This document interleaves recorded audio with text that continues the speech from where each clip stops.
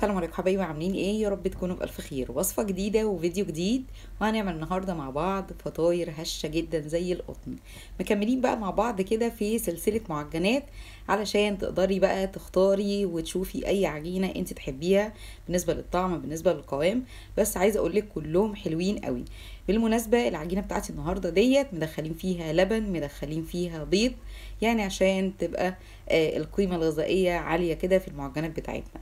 احنا عاملينها النهارده ساده، ولكن انت ممكن تعمليها تبقى يعني محشيه، والنتيجه بصراحه هتبقى اكتر من ممتازه للناس اللي هي كمان اول مره تعمل معجنات. بجد هتبقى محترفه جدا. ما تنسيش اللايك يلا بينا. شغلنا طبعا بنص كيلو من الدقيق، ودي اقل كمان نقدر نشتغل فيها. بالنسبه للدقيق عندي يا دقيق مخبوزات يا دقيق جميع الاغراض، وفي الحالتين هتبقى نتيجته كويسه. حطيت بقى انا على الدقيق هنا نص معلقه صغيره من البيكنج باودر، وعندي رشه من الملح، وقلبتهم بشكل كويس جدا. نيجي هنا للماده السائله، عندي كوبايه من اللبن، عندي كمان هنا نص كوبايه من الميه، ولكن مش هنزلها كلها، هنزل بس نصها كده، ولو احتجت منها حاجات بسيطه ابتدي ان انا ازود كده تدريجيا على حسب ما الدقيق يعوز.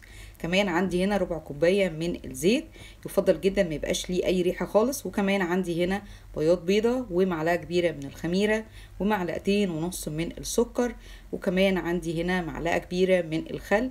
والخل طبعا كلنا عارفين ان هو بيبقى محسن طبيعي كده للمعجنات، وعشان كمان ريحه العجينه تبقى حلوه كده بنحط عليها ربع معلقه صغيره من الفانيليا.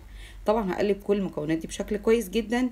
وكل فيديو بنقول للناس اللي اول مره تشتغل بخميره نوع جديد، او حتى عندها بقى لها فتره، لازم تعمل تيست الاول قبل ما نحط كل المكونات دي وتبقى تكلفه على الفاضي. بعد ما قلبتها هبتدي انزل عندي بالدقيق كله كده دفعه واحده، واشوف عندي العجينه اذا كانت محتاجه ميه ولا هكتفي بالمقدار اللي احنا حطيناه.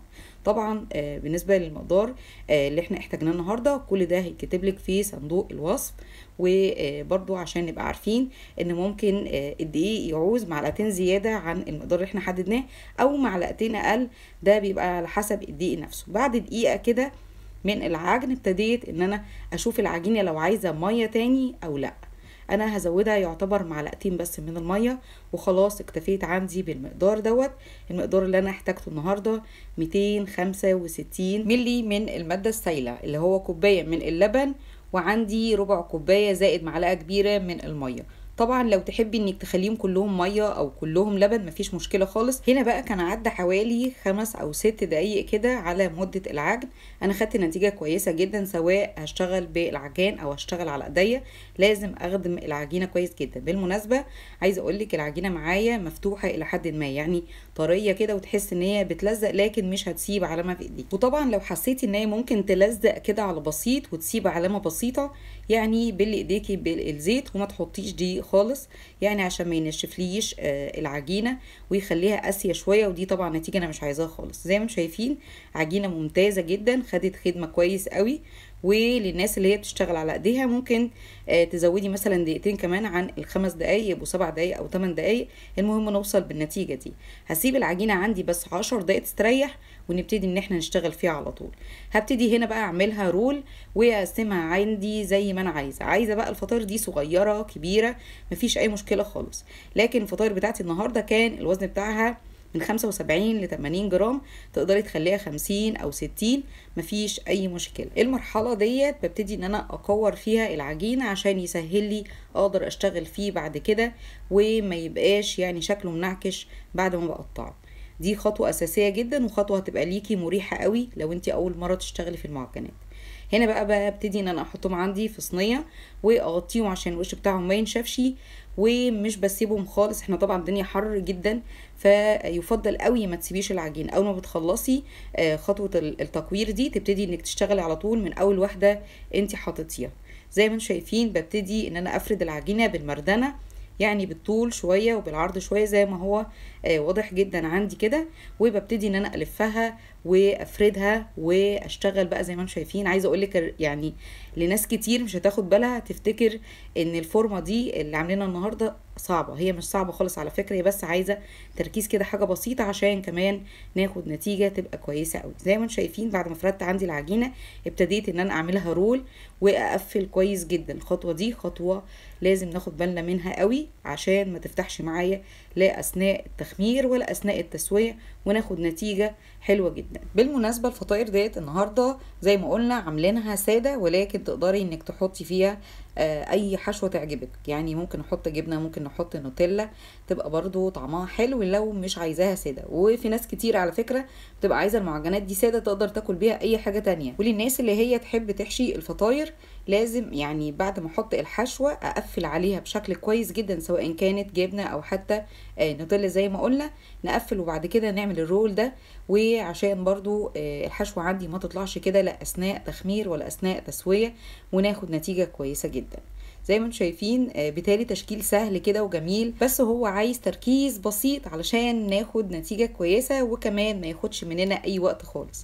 ده غير كمان بقى ان المدارس خلاص على الابواب، عامله لك تشكيله حلوه جدا تقدري تختاري منها اي نوع، سواء كان ساده او حتى باي حشوه حادقه او حلوه، يعني عشان تعمليها في البيت وما تضطريش انك تشتري الحاجات دي من بره، وكمان تبقي مطمنه جدا واولادك بياكلوها. كمان لو بصينا لها بناحيه تانية، يعني احنا بنتكلم بقى على التوفير بالنسبه للمعجنات اللي هي بره دلوقتي، فهي سعرها بصراحه بقى مبالغ فيه جدا. فليه لا نقدر نعمل في البيت كل حاجه من غير ما نشتري حاجات كتير قوي، نقدر نستغنى عن حاجات كتير قوي هتاخد مننا وقت بسيط مش كتير، ولكن هنبقى عملنا حاجه بصراحه هتبقى مفيده وكمان منجزه جدا في الوقت اللي احنا فيه ده. خلصت عندي بقى الكميه كلها زي ما انتم شايفين ورصتها في الصينيه، وطبعا لازم اسيب مسافات كويسه كده لان حجمهم بيتضاعف. هسيبهم هنا عشان احنا في الحر بس ربع ساعه، وبعد كده ابتدي ان انا اسويهم. نيجي هنا بقى بالنسبه لدهان الوش، عندي صفار بيضه ومعلقه كبيره من الخل وكمان معلقتين من اللبن بربهم بشكل كويس جدا. وللناس اللي هي مش بتحب البيض خالص في قلب المعجنات خلاص ممكن تستبعديه تماما، ويعني تدهني كده الفطاير ديت لبن او حتى ميه بسكر وهتديكي برضو نتيجه كويسه. هنا بقى ابتديت ان انا ادهن عندي الفطاير. بالمناسبه الصينيه اللي هي التيفال ما بتدهنش اي ماده دهنيه خالص لان الفطاير ما بتلزقش فيها، ولكن لو عندك الصواني الالومنيوم دهنه بسيطه جدا جدا كده من الزيت وتبتدي ان انتي ترصيهم. وبفرشه كده ببتدي ادهن عندي الفطاير بشكل كويس جدا عشان كمان تطلع عندي كده منوره وشكلها يبقى في الاخر حلو. بعد ما خلصتهم بقى ببتدي ان انا ارش عليهم كده سمسم، لو عايزه سمسم وحبه البركه او سمسم بس، او حتى تسيبيهم ساده خالص برضو ده بيبقى اختيارك. نتكلم بقى على خطوه التسويه. بسخن عندي الفرن قبل ما بدخل اي حاجه خالص لمده 10 دقايق عشان يبقى سخن كفايه. هدخل عندي المعجنات على اعلى درجه حراره، ببقى مشغله من تحت بس، بدخل الصينيه في الرف اللي في النص. اول لما بتاخد عندي كده لون من تحت اطفي وبشغل الشوايه، وهي بتبقى بالفعل واخده لون من فوق ولكن انا بزود. وكمان منساش ان انا اثناء ما انا مشغله الشوايه الف الصينيه كده يمين وشمال علشان الفطاير عندي تبقى واخده لون موحد زي ما انتم شايفين. ده غير كمان ان الشوايه ما بتبقاش عندي على اعلى حاجه، بخليها وسط عشان تاخد درجه لون كويسه من غير ما تتحرق مني الفطاير. وبكده يكون خلص فيديو النهارده، اتمنى يكون عجبك وتجربيها. ما تنسيش اللايك والاشتراك، وللمتابعه فعل زر الجرس على الكل علشان يوصلك كل جديد. والسلام عليكم.